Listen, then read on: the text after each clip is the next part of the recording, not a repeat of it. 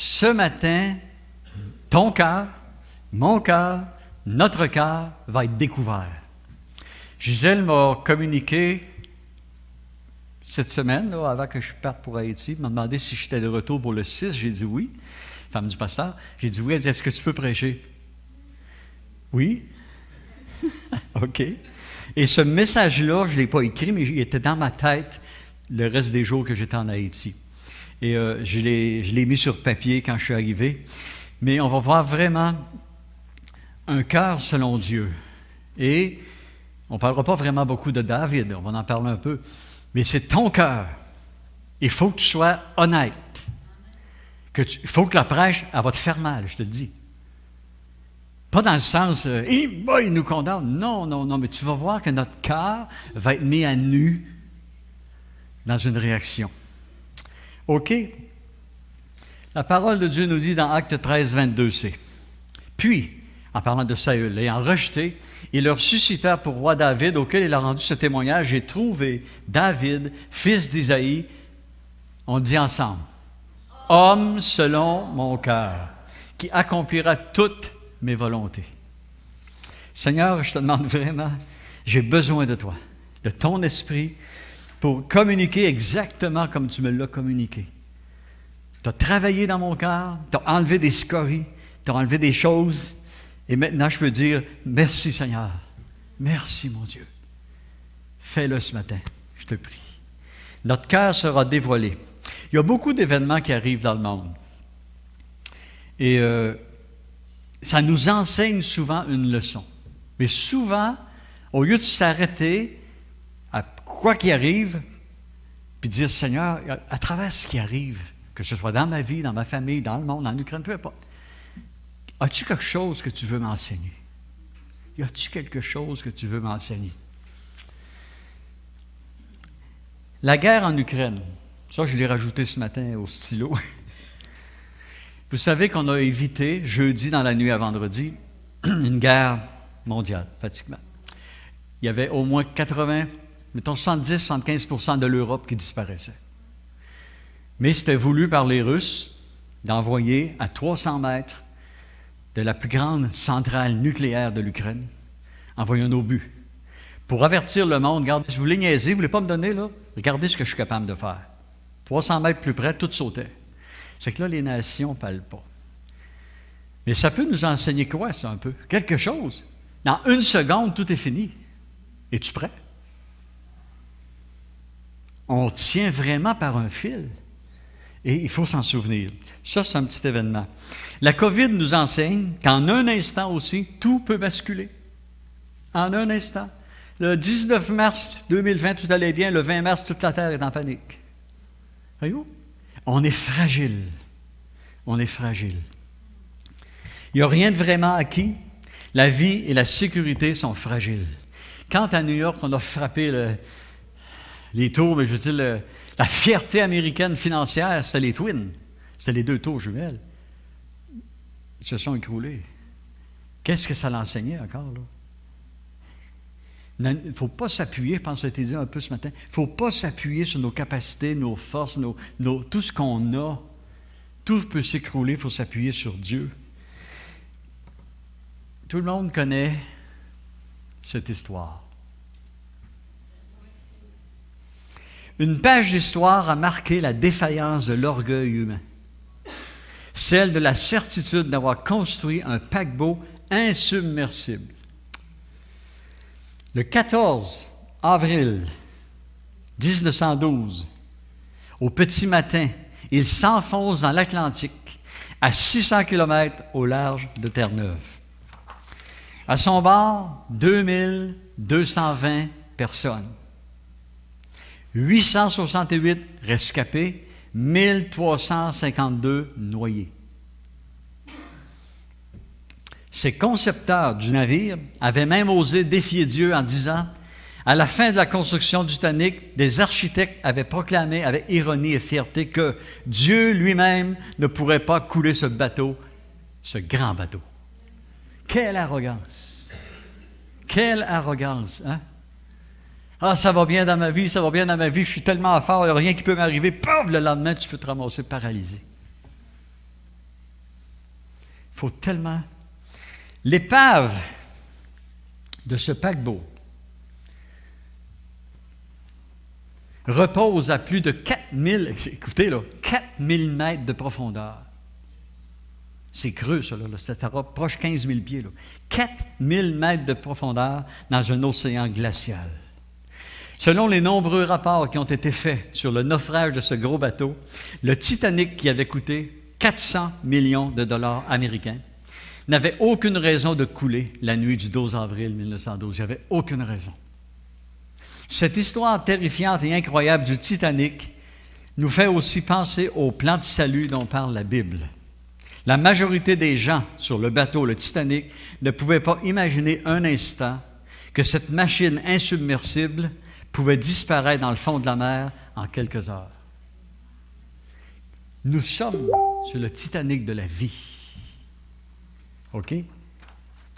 On s'imagine que, là, peut-être moins avec les événements qui arrivent, qu'on va être sur la terre, comme ça dit dans le psaume, je pense que c'est 49, ils s'imaginent qu'on est éternel, tu sais, qu'on va vivre tout le temps, tout va aller bien. Toutes ces personnes n'étaient pas conscientes et ne croyaient pas un instant qu'ils étaient en danger. Ils voyageaient, le Titanic comme étant leur grande sécurité. De même que ce grand bateau a heurté un iceberg et a sombré, il en est de même dans ce monde qui peu à peu et progressivement fait naufrage. Le monde est en train de faire... Regardez bien. Il est comme ça, le monde, là. Il est en train de faire naufrage. Sous peu, il va se passer des choses encore plus grandes. Oui, je vous le dis, la Russie va prendre l'Ukraine. Pas juste l'Ukraine, elle va prendre la Lettonie, les petits pays autour. Mais ça ne sera pas la fin. Ça va cesser. Mais là, la Russie va crever. C'est beau prendre des pays, prendre du territoire. Mais il n'y a plus de ressources. Tout est coupé partout. Qu'est-ce qu'ils vont faire? Ézéchiel 38 nous dit, je mettrai, il parle de Gog, au pays de Magog, c'est puissant, et je vais mettre une boucle à tes mâchoires. Ça veut dire que tu n'auras plus le choix, là, tu vas crever, et je t'entraînerai sur les montagnes d'Israël. Toi et de nombreux peuples avec toi. Ils vont descendre sur Israël. Et j'ai appris ce matin par un frère que déjà, hier, Israël s'offre comme médiateur. Ça va se tourner contre Israël. Et c'est là qu'on va voir la puissance de Dieu. Si vous méditez cette semaine, lisez, hein, on le disait dans la prophétie, lisez ce matin, cette semaine ou après-midi, Ézéchiel 38 jusqu'à chapitre 39, 16. Parce qu'à partir de 17, c'est la guerre d'Armageddon. Mais Ézéchiel 38, 39 jusqu'au verset 16, c'est ce qui s'en vient. Vraiment, c'est ce qui s'en vient. Et ça dit que la fureur va me monter aux narines, c'est Dieu qui parle, qui va les détruire sur les montagnes d'Israël par des pierres, par du feu, par du soufre, et que toutes les nations verront que c'est moi l'Éternel. Et ça, on va le voir. On va le voir. Ça s'en vient. Cette histoire nous enseigne beaucoup, le Titanic. On est en train de frapper des icebergs. Une autre histoire.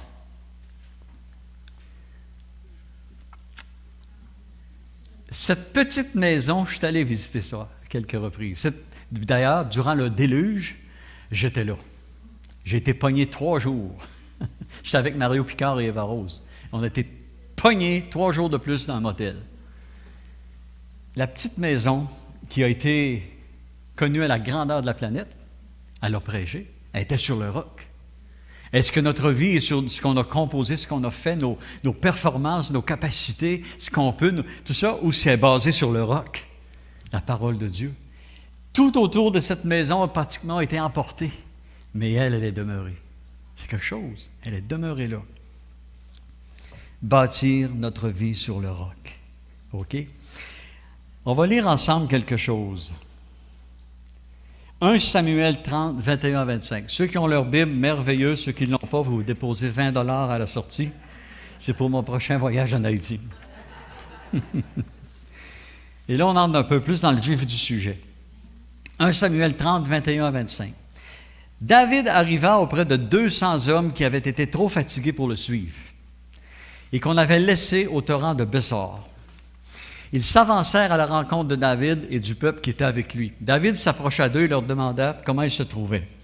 Tous les hommes méchants et vils parmi les gens qui étaient allés avec David prirent la parole et dirent. Là, j'arrête là. Juste avant ça, David est allé à la guerre récupérer tout ce qu'il avait perdu. Il y en a qui n'ont pas voulu aller à la guerre. Ils ont resté là. Oh, fatigué aujourd'hui, moi, je n'y vais pas, ça ne me tente pas. Bon, réunion de prière, oh, bon, je reste à la maison.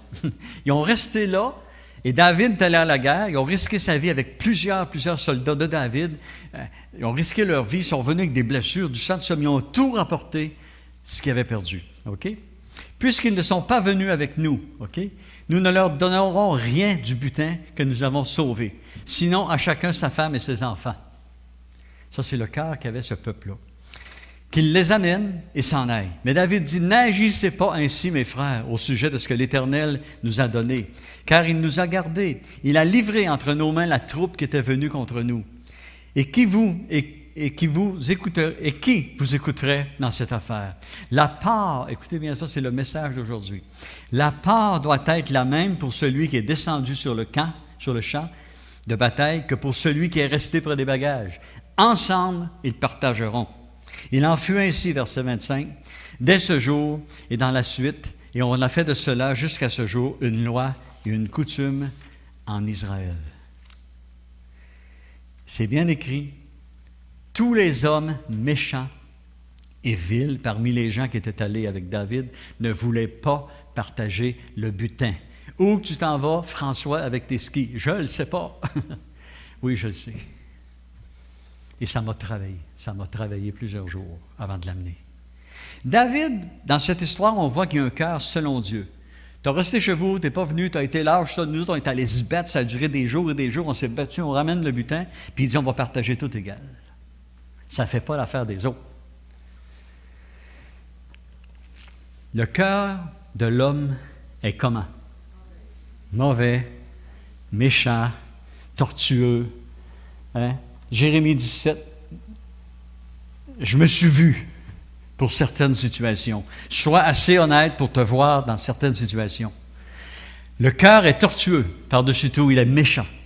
Qui peut le connaître? Moi, l'Éternel, j'éprouve le cœur, je sonde les reins, pour rendre à chacun selon ses voies, selon ses œuvres. Selon le fruit de ses œuvres. Comment est ton cœur? Comment est ton cœur?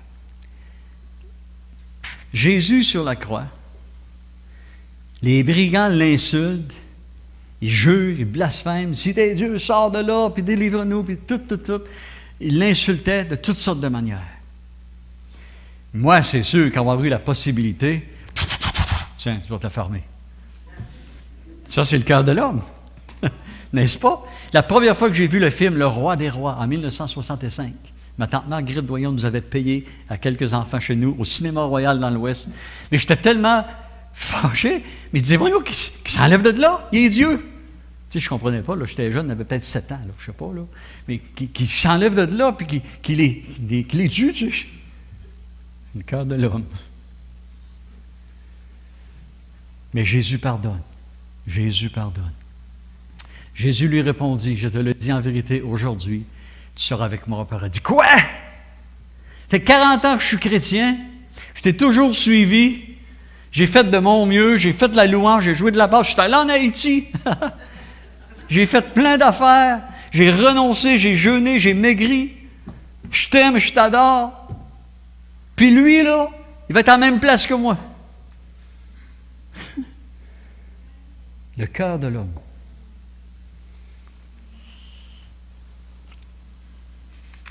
Le brigand va être à côté de toi dans le ciel. Il n'a pas fait tout ce que tu as fait. Dernière seconde, il a accepté Jésus, puis il est à la même place que toi. Toi, tu as travaillé peut-être 40 ans de vie chrétienne, à te laisser former, à trouver des problèmes, à résoudre des problèmes.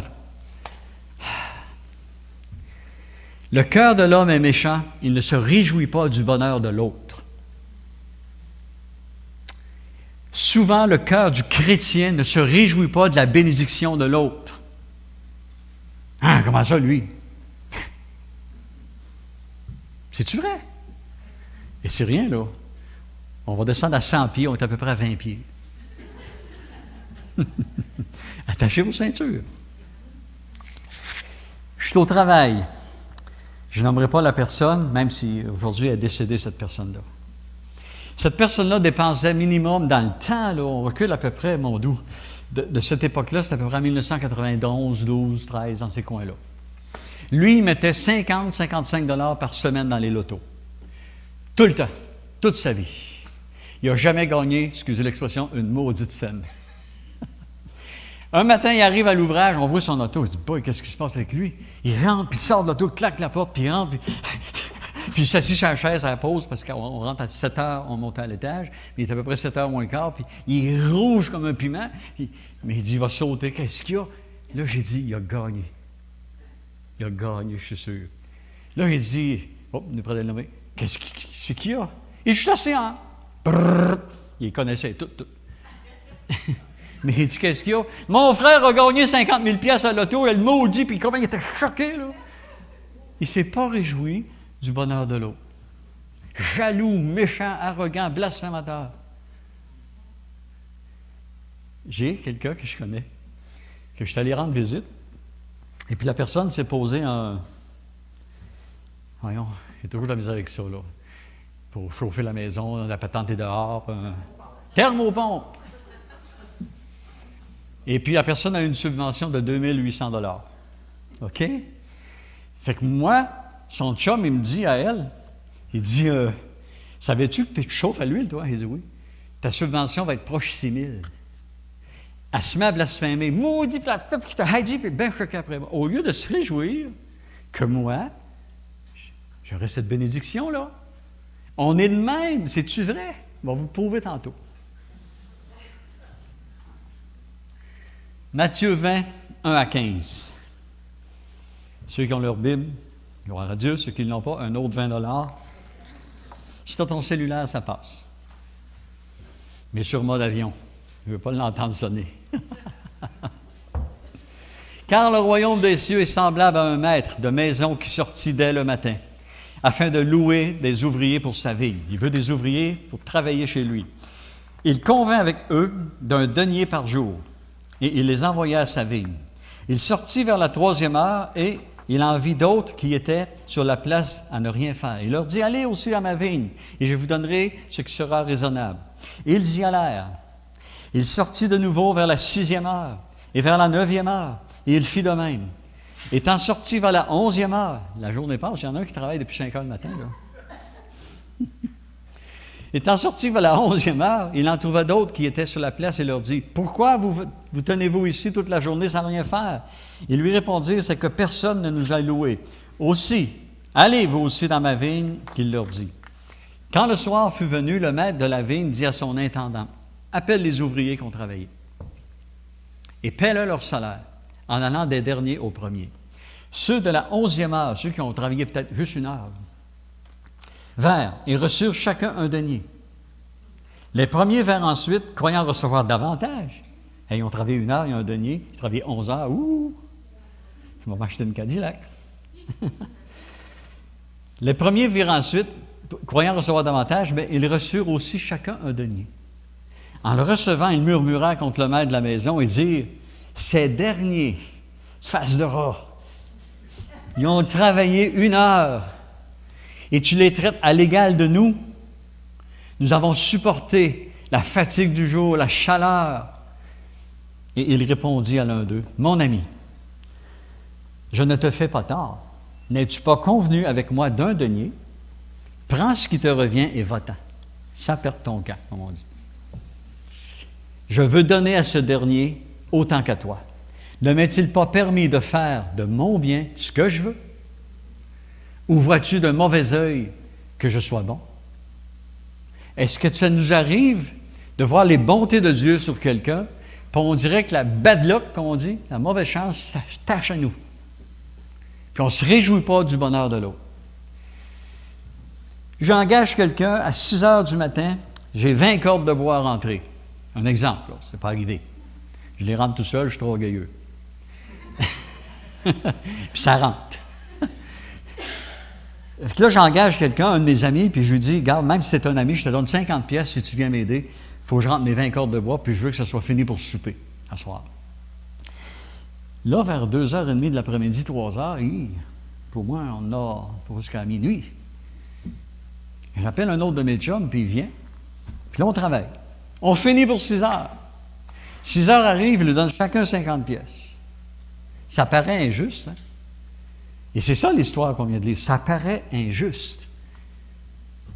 La bonté de Dieu, pour quelqu'un, fait souvent la rage dans le cœur d'un autre.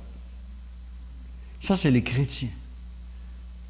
Pour beaucoup de chrétiens. On descend pas. On va être rendu à 35 pieds. Maintenant, tu vas voir ton cœur et tu n'aimeras peut-être pas ça. Levez la main ici qui dit qu'il a un cœur parfait.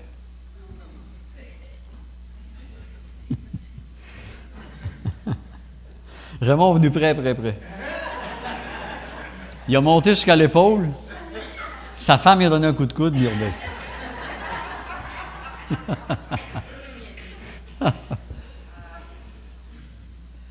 Au début, j'ai dit qu'il arrivait des événements qui nous font réfléchir, qui nous donnent des leçons de vie. Hein? La guerre en Ukraine, les World Trade Center, la petite maison, le Titanic.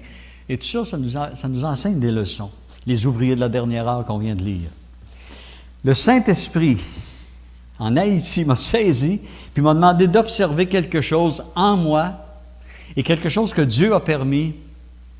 Et c'est comme, observe ce qui se passe dans mon Église, parmi mon peuple. Et Dieu a permis que le gouvernement enlève le code QR obligatoire dans l'Église. C'est vrai? Ça, je l'ai appris là-bas. Combien ne se sont absolument pas réjouis que les non-vaccinés aient le même privilège que les vaccinés? N'est-ce pas que ça te travaille? Hein? J'ai pris mes vaccins, 3 vaccins, j'ai renoncé. J'ai tout fait ce qu'il demande. J'ai observé parfaitement. Monsieur n'a rien fait, c'est pas fait vacciner, il s'est moqué là, puis il a la même récompense que moi. Hein? Il aurait dû l'attraper, le COVID. Le cœur de l'homme est méchant. Il aurait dû l'attraper puis y goûter d'aplomb. Peut-être qu'à l'avenir, il l'aurait pris, le vaccin. Puis ceux-là qui n'ont pas été vaccinés, là, je réfléchis pour la plupart des cœurs ici, ceux-là qui n'ont pas été vaccinés, là, ils devraient l'exiger, le code, pour le montrer. On a tous fait ça, nous autres. Oui, merci Seigneur, la liberté, on n'en a plus besoin. Puis eux autres. N'est-ce pas que c'est toi, ça? Dieu jugera lui-même s'il y a lieu, la désobéissance ou la résistance ou la rébellion s'il y a eu lieu pour les non-vaccinés. Ce n'est pas à nous d'argumenter là-dessus. Du tout. Ça, on laisse ça à Dieu. Moi, j'ai un ami, il reste à Notre-Dame. Il faut dire que ça fait 2 mois que je n'ai pas coupé les cheveux. Il s'appelle Renal.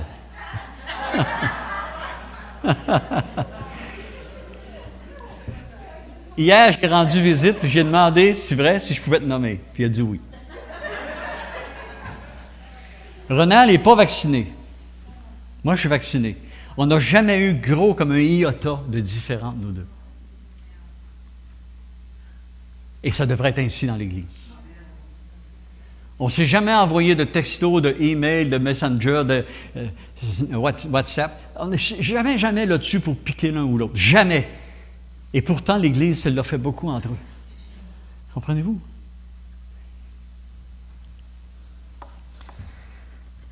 Mon point est celui-ci. Que nous puissions découvrir ensemble notre cœur. Est-ce que notre cœur est selon Dieu? Es-tu capable de voir d'un bon œil la bonté de Dieu pour tous ici à Port-Réal? Dieu mijotait ça, je suis convaincu depuis longtemps. On va faire un test au peuple. On va demander au gouvernement d'exiger ça et on va voir l'obéissance ou la désobéissance. Mais ce n'est pas ça qu'il voulait surtout voir, le Seigneur. Il voulait voir notre cœur. Est-ce qu'on s'aime vraiment l'un l'autre? Moi, il y a des gens qui ont eu la COVID, et ces gens-là m'avaient dit, « Tu m'énerves avec ton masque, ôte-le. » J'ai jamais voulu gros de même, et Dieu en est témoin. Et plusieurs m'ont dit, « Tu fais avec un masque un peu partout. » Et ces gens-là, il y en a qui ont attrapé le COVID, et j'ai prié, j'ai jeûné, et je prie encore pour eux. Il faut s'aimer les uns les autres, se supporter les uns les autres, ne pas se piquer, ne pas s'agacer. Dieu, dans sa grâce, nous a tous pardonnés à la croix, sans aucune exception, et il accorde ses bontés à tous en ce jour, sans aucune exception. Et c'est là le point que je voulais souligner. Le Saint-Esprit semblait me dire, « François, as-tu vu ton cœur? As-tu vu le cœur de mes enfants? Demandez en prière un cœur selon le mien. » Dans tes prières cette semaine, invoque Dieu puis dis-lui, « Seigneur, donne-moi un cœur selon le tien. Donne-moi un cœur selon le tien. Mon cœur est méchant. » As-tu vu qu'ils ne se réjouissent pas du bonheur que j'accorde à tous, de la grâce qu'il leur est faite? Dieu fait une grâce aux vaccinés comme aux non-vaccinés. Dieu fait grâce. Je pense que beaucoup ne connaissent pas Dieu. Dieu n'est pas plein d'amour. Pas vrai, ça. Il est amour. C'est une différence. Il est amour. Il est pardon. Il est grâce. Alors, je me suis analysé dans la chaleur torride de la nuit en Haïti. Vous savez qu'en 21 jours, j'ai dormi maximum 1 heure, 1 heure et demie par jour. J'ai perdu des plumes, mais là, je dors comme une taupe. Là. Aussitôt, je vois mon lit, je vois un appel. Viens, on est si bien ensemble. Et là, je réponds à l'appel.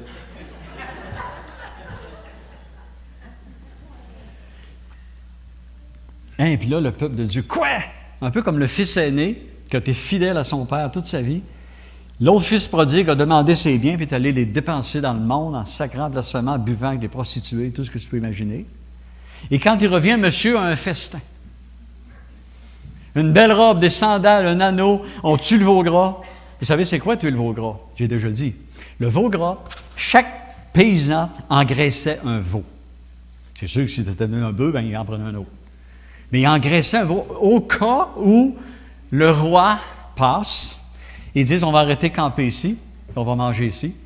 Et là, tu as un veau gras et tu l'offres au roi. Si tu n'as pas de veau gras, on te coupe la tête.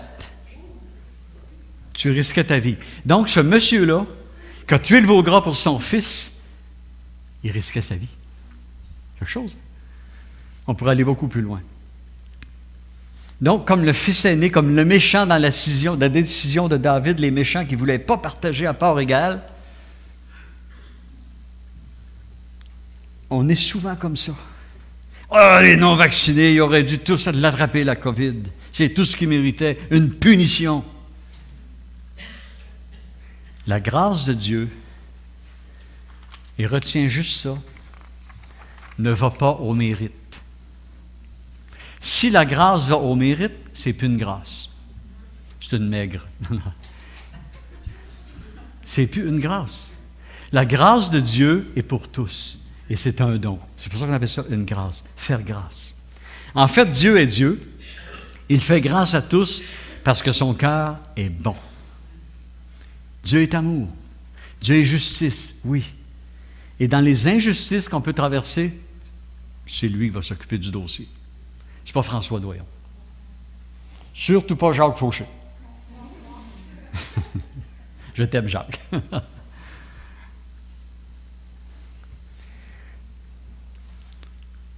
Dieu décide de tout. Le cœur du roi est un courant d'eau dans la main de l'Éternel. Il l'incline où il veut. Là, ça va te faire mal. Tu vas dire, voyons, il m'énerve, lui, il m'énerve. Moi, tout, je m'énerve.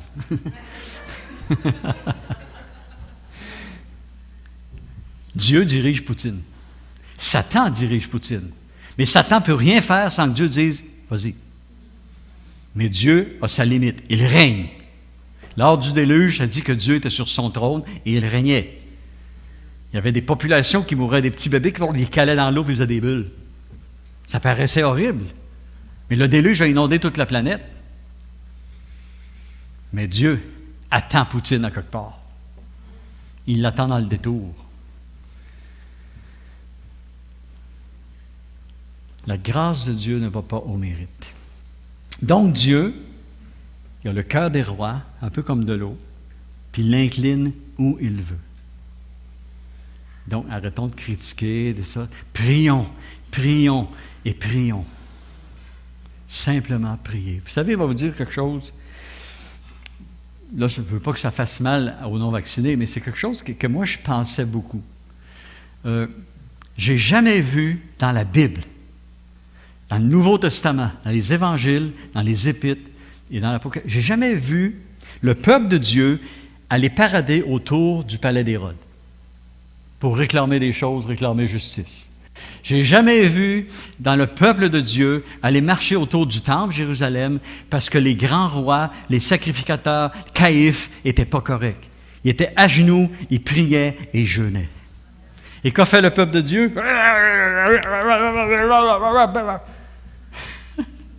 Moi, j'étais chez nous, puis j'ai même pleuré, je disais, Seigneur, où est le jeûne? Où est la prière? On marche par nos propres forces. Je veux que ça marche comme ça. Je ne vais pas tester. L'humilité précède la gloire. Marchons. Il va y en avoir d'autres événements, je vous le prophétise. Vous vous souvenez quand j'avais dit que les douleurs de l'enfantement? Ça a passé. Hey chérie, j'ai eu une douleur.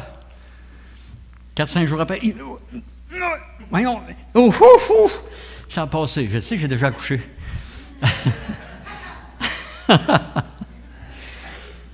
Mais plus ça avance vers l'accouchement, qu'est-ce qui arrive? Plus ils sont proches et plus ils sont fortes.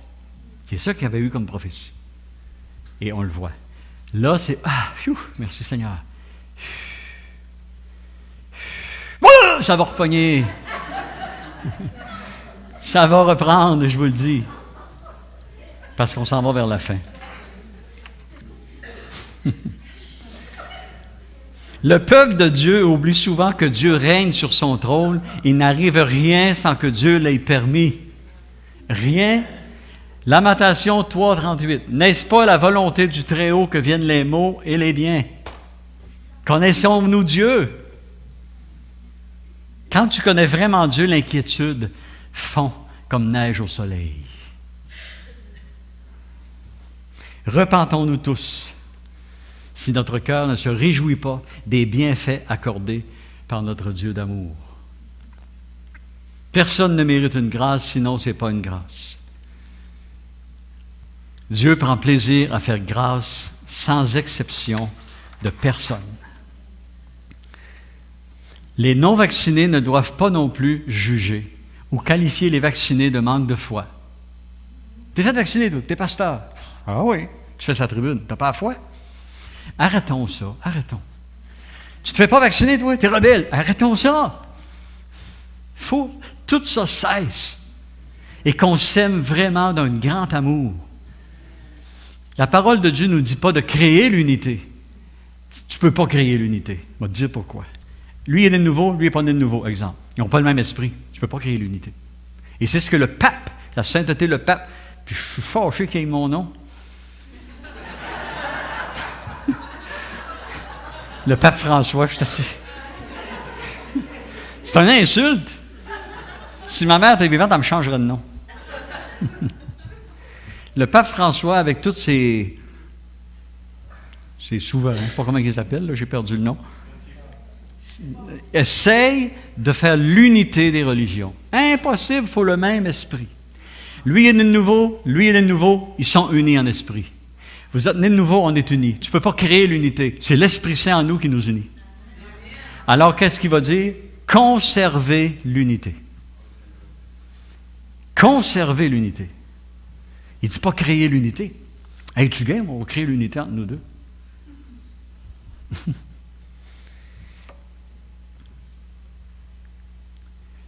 Là, je vais entendre « Ah, il me reste 3 minutes. »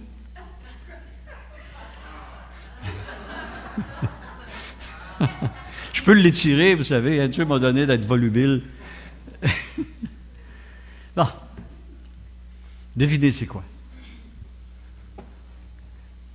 En toute humilité et douceur, avec patience, vous supportant les uns les autres, avec amour inconditionnel, avec charité, vous efforçant de conserver l'unité de l'esprit. Comment? Par le lien de la paix. On a parlé ce matin de conserver l'unité de l'esprit dans une prophétie. On a parlé de l'unité, garder l'unité. Impossible de garder l'unité si on se pique les uns les autres. Si on se niaise les uns les autres. Si dans notre cœur, même si on est silencieux, on garde une crotte. Vous savez qu'une crotte, ça pue. Si tu gardes une crotte, ça pue pour Dieu. Alors tu dis, Seigneur, j'ai une crotte sur le cœur. Aide-moi. Ça peut prendre un jour, 2 jours, une semaine, 1 mois, 2 mois, mais elle va fondre.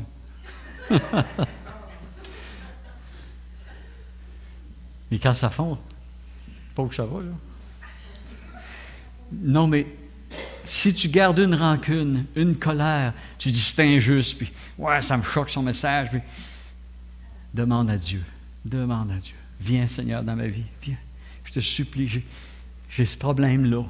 J'ai ce problème-là. Ça, c'était pas bon. OK. Je n'ai pas été capable de l'enlever, hein. C'est un verset qui est apparu sur mon PowerPoint, que je n'ai même pas mis. Je ne l'ai pas sur mes feuilles, puis il est là. Regardez, c'est quoi? Peut-être qu'il nous parlerait. Ah, qu'ai-je en effet à juger ceux du dehors? N'est-ce pas ceux du dedans que vous avez à juger pour Dieu? Mais en tout cas, c'est apparu là. Il dit, Seigneur, veux-tu que je le prêche? J'ai résisté. Qu'est-ce qu'une grâce? C'est recevoir un bienfait qu'on ne mérite pas. Si Dieu agissait par nos mérites, oh, personne n'aurait rien. Le seul mérite qu'on a, on a accepté Jésus-Christ dans notre cœur, il nous rend juste, pur et saint devant Dieu. Dis à la personne à côté de toi, puis là tu vas avoir de la misère. Je suis saint. Ah, il y en a qui grimacent. Si vous étiez ici, vous direz pourtant c'est pas l'Halloween. Il y en a qui grimacent, les gars. Être saint, c'est pas être en plâtre sur une corniche dans l'église. Être saint, c'est que Dieu, parce que tu as accepté ce que Jésus a fait pour toi, il est mort, il a donné sa vie pour pardonner tous tes péchés, te rendre pur, il te met à part. Saint veut dire placé à part pour Dieu. Donc, je suis saint. Saint ne veut pas dire parfait, sans péché. Saint veut dire mis à part, sanctifié par le sang de Jésus-Christ. Découvrons la grâce faite à tous et réjouissons-nous tous ensemble. Réjouissons-nous tous ensemble. C'est ça que Dieu veut. Ayons, je peux parler 20 minutes encore, pardon. Ayons quoi? Un cœur selon Dieu. Ça m'a travaillé beaucoup, pas seulement juste dans l'Église. Ça nous travaille des fois, ces choses-là. Comment ça? Il me semble que je ne suis pas si pire que ça. Pourquoi que ça arrive à lui, cette bénédiction-là? Comment ça que mon deuxième voisin a gagné 2 500 000? Il était déjà riche! Moi, j'en arrache. C'est pas mon histoire, là, j'invente. Moi, j'en arrache. J'ai 8 enfants. Ma femme est malade. J'ai perdu ma job. J'ai 3 mois de retard dans mes paiements. Lui, il gagne 1 500 000 puis il en valait déjà 10.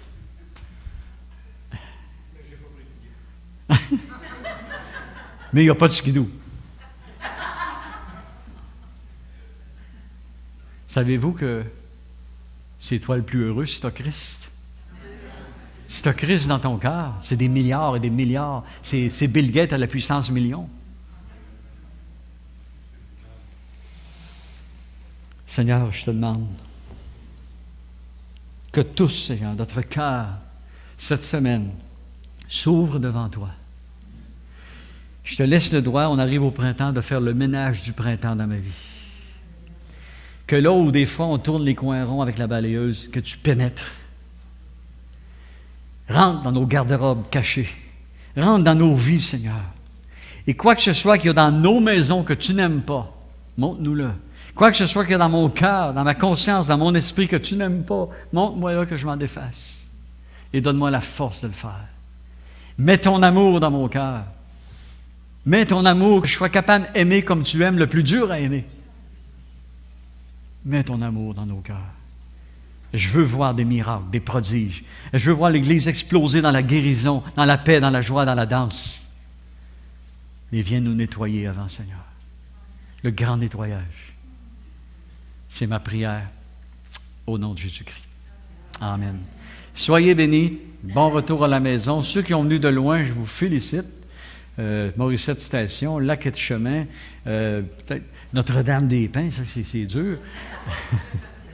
Soyez grandement bénis. Bonne semaine à tous.